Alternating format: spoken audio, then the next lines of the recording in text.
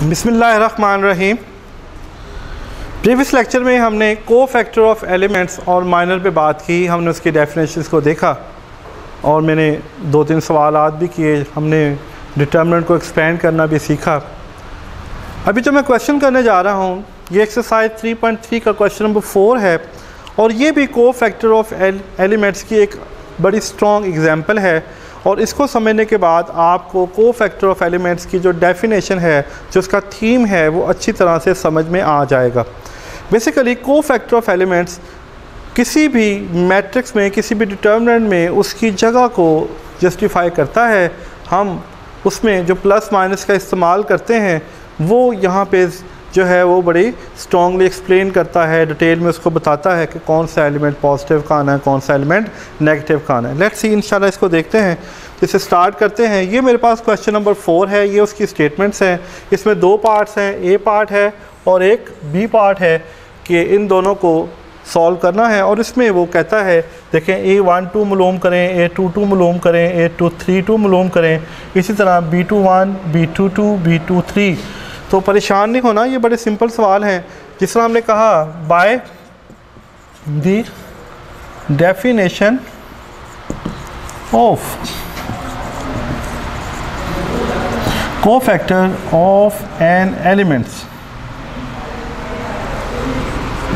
इसकी डेफिनेशन हमने पढ़ी थी Aij -1 I + j Mij, ये माइनर को शो करता है।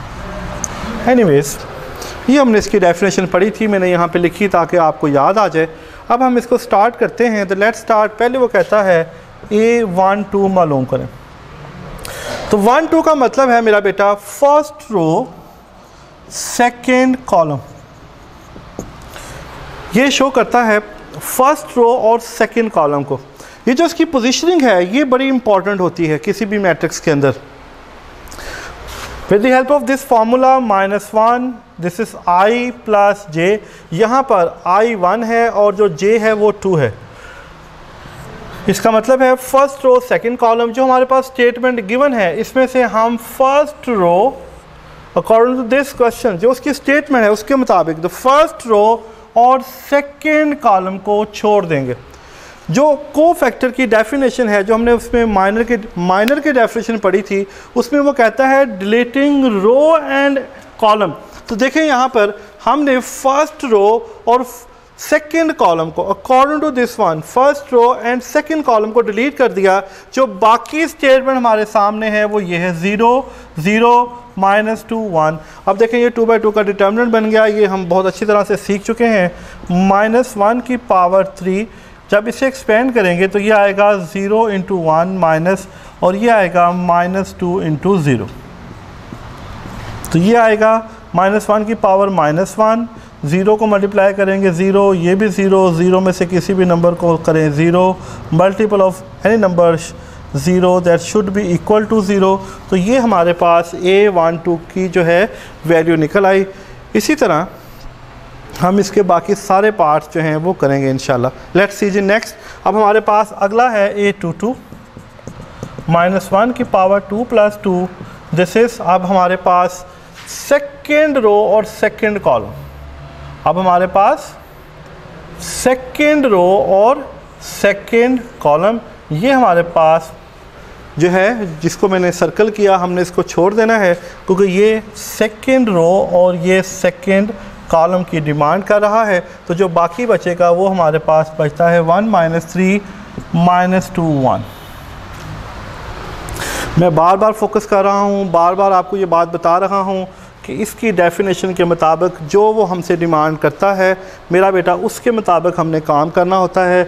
ये चीज़ बड़ी ही वाज़ेह है। ये जो पोजीशन है किसी भी मैट्रिक्स के अंदर, किसी भी डिटर्मिनेंट के अंदर, ये उस एलिमेंट की पोजीशन वो जस्टिफाई करता है। यहाँ पे जो भी वो ऑर्डर बताता है उस ऑर्डर के लिहाज से हमने उस रो और कॉलम को छोड़ना होता है।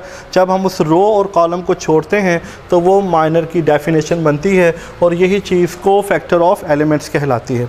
इसे एक्सपेंड करते हैं, -1 की पावर 4 हो जाएगा। इसको इससे मल्टीप्लाई करेंगे 1 × 1 माइनस फार्मूले का, ये से ज़रब खाएगा -2 × -3, तो ये हो जाएगा मेरा बेटा -1 की ताकत 4, ये हो जाएगा +1, ये 1, और ये आएगा माइनस +6, ये आ जाएगा 1 इंटू -5, -5 इंटू 1 -5, और ये हमारे पास a22 की वैल्यू निकल आएगी। इसी तरह वो आगे कहता है कि फाइंड करो what is the value of 3 -1, 3 + 2, हम 3 की कीमत मालूम करेंगे। तो इसका मतलब हुआ this is third row and second column. ये हमें क्या बताएगी, third row second column. This is, यहाँ से इसको ख़त्म करते हैं जी, तो ये हमारे पास आएगी थर्ड रो और सेकंड कॉलम, और ये हमारे पास बचता है 1 -3 0 0। देखें ये बचता है हमारे पास 1 -3 0 0। बाकी मैंने सर्कल इसलिए करता हूँ ताकि मेरा बेटा उसको अच्छी तरह से अंडरस्टैंड कर सकें। ओपन करते हैं, -1 की पावर 5, ये आ जाएगा 1 इंटू 0 0, ये से ज़रब खाएगा 0, -1 की पावर 5 -1, 0 0 को किसी भी नंबर से मल्टीप्लाई करें तो वो हमारे पास 0 ही आता है। तो ये हमने तीनों कोफैक्टर्स मालूम कर लिए।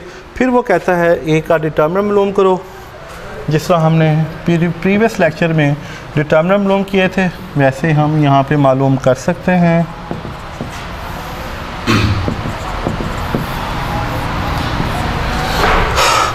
एक्सपेंडिंग बाय R1, हम इसे R1 के लिहाज से एक्सपेंड करते हैं। पहला एलिमेंट A है, 1 लेंगे, दूसरा एलिमेंट -2 है, फिर तीसरा एलिमेंट +-3 है। मैं आपको ये बात पहले बता चुका हूँ, याद रखना, पहला प्लस, दूसरा माइनस, तीसरा प्लस होता है। तो अब क्योंकि यहाँ लिया फर्स्ट रो फर्स्ट कॉलम, तो ये आएगा हमारे पास -2 0, -2 1। सिमिलरली जब हम ये वाला लेंगे तो हमारे पास आएगा 0 0 और -2 एंड 1। फिर जब हम लेंगे ये वाला तो ये आएगा 0 -2, और ये आएगा हमारे पास -2 एंड -2।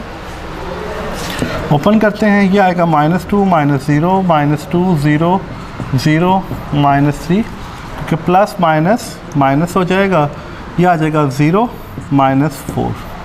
तो ये आएगा -2 into 0 -3 into -4 -2 + 12, this is equal to 10। तो ये हमारे पास इसका आंसर 10 आ जाएगा। तो इस तरह हम ना सिर्फ किसी भी गिवन स्टेटमेंट के कोफैक्टर्स मालूम कर सकते हैं, उसके माइनर मालूम कर सकते हैं, बल्कि हम सेम मेथड से पूरा डिटर्मिनेंट जो है वो मालूम कर सकते हैं। अब इसी तरह हम इसका दूसरा पार्ट देखते हैं।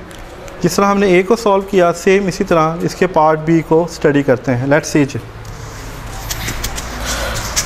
मेरा बेटा इसको बहुत गौर से देखना, क्योंकि अगर आपको ये एक्सपेंड करना आएगा तो फिर हम सारी की सारी जो है आगे उसकी फर्दर क्वेश्चंस को स्टडी कर पाएंगे।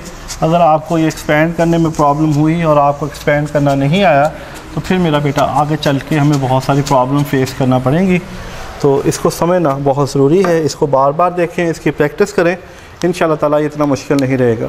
फिर देखें, सबसे पहले वो कहता है मालूम करें B21 -1 2 + 1 according to the formula of this one. मैं यहाँ से अब इसको ख़त्म कर रहा हूँ ताकि हमें इसको सॉल्व करते हुए कन्फ्यूजन का शिकार ना हो और हमारे पास एक स्टेटमेंट मौजूद रहे। अब इसका मतलब है सेकेंड रो फर्स्ट कॉलम। इसका मतलब क्या है? इसका मतलब है सेकेंड रो फर्स्ट कॉलम। तो देखें बाकी क्या बचता है, -2 5 1 एंड -2। हमने सेकेंड रो और फर्स्ट कॉलम को छोड़ दिया।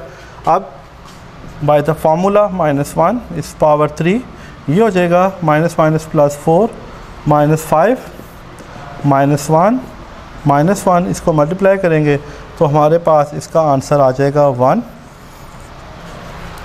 Similarly next one B22 -1। अब मैं थोड़ा सा डायरेक्ट काम कर रहा हूँ, इसको बड़े गौर से देखना मेरा बेटा। इसका मतलब है second row second column, second row and second column.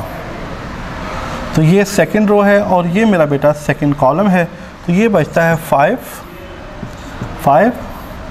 -2 -1 4 तो ये आएगा हमारे पास 5 टू द -10 माइनस फार्मूले का, इसको मल्टीप्लाई करेंगे, दिस इज़ अगेन -10 -1 प्लस 1 हो जाएगा क्योंकि इसकी पावर 4 है, -10 माइनस माइनस प्लस 10, तो ये आ जाएगा 1 इंटू 0 इज़ इक्वल टू 0, यानी जो B22 है सेकेंड रो सेकेंड कॉर्नर का जो माइनर है उसका आंसर आ जाएगा 0। इसी तरह नेक्स्ट है B23 -1 2 प्लस 3, इसका मतलब है सेकेंड रो थर्ड कॉलम। अब इसी तरह दिस इज सेकेंड रो और थर्ड कॉलम को हम लेंगे, ये हमारे पास सेकेंड रो थर्ड कॉलम, तो ये आएगा हमारे पास 5 -2 -2 1, तो ये -1 की पावर 5 हो जाएगा, इसको मल्टीप्लाई करेंगे 5 माइनस फार्मूले का ये 4 हो जाएगा, तो ये आएगा -1 1 इस आंसर इज़ -1, तो B23 का जो आंसर है वो -1 आ जाए। इस तरह हम कोई भी सवाल हो उसके कोफैक्टर्स मालूम कर सकते हैं। फिर एंड में वो कहता है B का डिटर्मिनेंट मालूम करें। देखें B हमारे पास बराबर है जी 5 -2 5 3 -1 4 और -2 1 -2।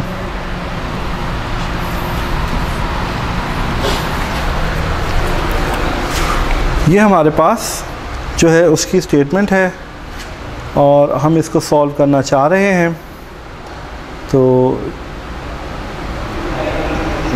इसको मैं देख रहा हूँ कि कहीं यहाँ पे 4 ही है। चलें हम इसको 4 के साथ ही देखते हैं, मुझे यहाँ स्टेटमेंट में थोड़ा सा इशू लग रहा था। एनीवेज फिर एक्सपेंडिंग बाय R1 के लिहाज से एक्सपेंड करना है, ये इसका R1 है और R1 में पहला एलिमेंट 5 है माइनस फार्मूले का, दूसरा एलिमेंट 2 है, फिर तीसरा एलिमेंट 5 का मतलब है फर्स्ट रो फर्स्ट कॉलम को छोड़ना है, -1 4 1 -2। इसी तरह इसमें सेकेंड एलिमेंट को छोड़ना है 3 और 4 3 -2 4 -2, और इसी तरह इसको तीसरे में छोड़ना है, तो ये आ जाएगा हमारे पास 3 -1 -2 1। तो यहाँ पे मेरा बेटा इसको एक्सपेंड करते हैं, दिस इज़ 2 -4 +2 -6 +8 हो जाएगा +5 3 -2 हो जाएगा, तो ये 5 इंटू -2 +2 इंटू 2 +5 इंटू 1, तो ये आ जाएगा हमारे पास -10 +4 +5, तो ये -1 आ जाएगा, तो ये हमारे पास B का डिटर्मिनेंट आ जाएगा। इसी तरह अगर हमारे पास कोई सी भी स्टेटमेंट आ जाए with the help of this formulas हम किसी भी गिवन स्टेटमेंट के कोफैक्टर्स बड़े आराम से मालूम कर सकते हैं।